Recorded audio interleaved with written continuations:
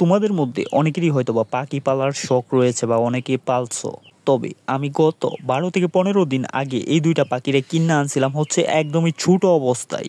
পাখিগুলা এতটাই ছোট ছিল যে পাখির শরীরে কোনো পশম ছিল না। তো যাই হোক, আলহামদুলিল্লাহ যে এই পাখিগুলা এখন অনেক বড় হয়ে গেছে। তো হয়েছে কি, আজকে আমি পাখিগুলারে নিয়ে আসছি হচ্ছে আমাদের হাওরের এদিকে আনার মূলত কারণ হচ্ছে এগুলারে খাবার খাওয়ানো। কারণ এই পাখিগুলারে যে আমি এতদিন পালছি এগুলারে কিন্তু কোনো ঘাস ফড়িং খাওয়ানো হয় নাই। মূলত এগুলার খাবার হচ্ছে ঘাস ফড়িং, বাট এগুলারে ঘাস ফড়িং ছাড়া অন্য যে খাবারগুলো আছে সেগুলো খাওয়ানো হয়েছে। অন্য খাবার বলতে হচ্ছে যে ফার্মের মুরগিরে যেটা খাওয়ায়, যেটারে ফিড বলা হয়, ওইটা খাওয়াই এই পাখিগুলারে ছোটো থেকে পালা হয়েছে। তো এখন সমস্যা যেটা হয়েছে সেটা হয়েছে যে ফিডগুলা খাওয়ায় পাখিগুলারে আমি পর্যাপ্তভাবে ঠুকর শিখাইতে পারতাছি না। মানে এগুলা ফিড এদের মুখে তুলে দিলে তারপরে এরা খায়। তো যেহেতু ঠুকর শিখতে পারতাছে না, তাই আমি এগুলারে নিয়ে আসছি হচ্ছে আমাদের হাওরের কাছে। এখানে ঘাস ফড়িং পাওয়া যায়, এগুলা 2-1 দিন খাওয়ালেই ঠুকর শিখে যাবে। আমি ভাবছিলাম হয়তো এগুলা 2-3 দিন খাওয়াতে হবে, বাট না, আমি প্রথম দিন এনেই দেখতে পারতাছি যে এগুলা অলরেডি ঠুকর দিয়ে খাইতে পারতাছে।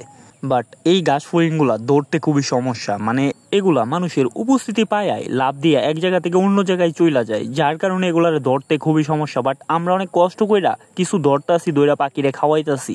আর আমি যেটা দেখলাম যে পাখি অনেক মজা কইরা এই জিনিসগুলা খাইতাছে। মূলত এই পাখিগুলারে ওদের মা এই ঘাস ফড়িংগুলাই খাওয়ায়। এই ঘাস ফড়িংগুলা মা পাখি বিভিন্ন হাওর এবং বিল থেকে দইরা নিয়ে আসে এবং তাদের বাচ্চাদেরকে খাওয়ায়। আর আমার কাছে যেটা মনে হয় সেটা হচ্ছে যে এই ঘাস ফড়িংগুলা খাওয়ানোর ফলে পাখি অনেক তাড়াতাড়ি বড় হয়ে যায় এবং পাখির শরীরে যে পশমগুলা থাকে সেগুলা ছোটোর থেকে অনেক সুন্দর দেখা যায় এই ঘাস ফড়িংগুলা খাওয়ানোর ফলে। তো বর্তমান সময়ে আমাদের দেশে কৃত্রিমভাবে সব তৈরি হয়ে যায়, যেমন খাদ্য, গরুর খাদ্য, পাখির খাদ্য, যেসব খাদ্য আছে সব কিছুই কিন্তু কৃত্রিমভাবে তৈরি হয়ে যায়। কিন্তু আসলে যেই প্রাণী যা খায় তাকে সেটা খাওয়ালেই আমার কাছে মনে হয় যে ভালো। যেমন এই পাখির সব থেকে পছন্দের খাবার হচ্ছে ঘাস ফড়িং, তাই তাকে ঘাস ফড়িং খাওয়ানোটাই আমার হিসাবে অনেক ভালো।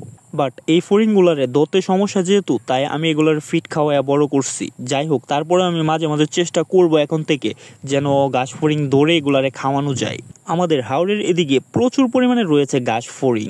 কথা হচ্ছে একটু সময় নিয়ে আসতে হবে। তো আমার কাছে একটু সময় কম হয়, তাই আমি হাওরের দিকে একটু কম আসি।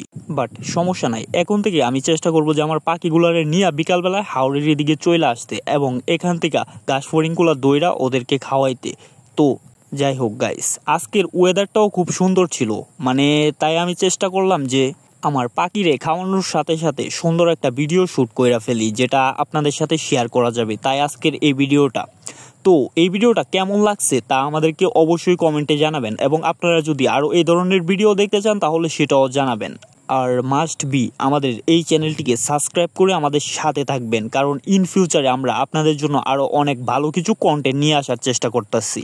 তো যাই হোক গাইস, আমরা ইতিমধ্যে অনেকগুলা ঘাস ফড়িং ধরছি এবং সেগুলো আমাদের পাখিদেরকে খাওয়াইছি এবং দেখে যেটা বুঝতে পারলাম যে ওরা মোটামুটি ঠুকর শিখা গেছে। যে আমি যদি এখন ওদেরকে বাড়িতে নিয়ে অন্য কোনো খাবার দিই তাহলেও মনে হয় যে সেটা ঠুকর দিয়ে ওরা খাইতে পারবে।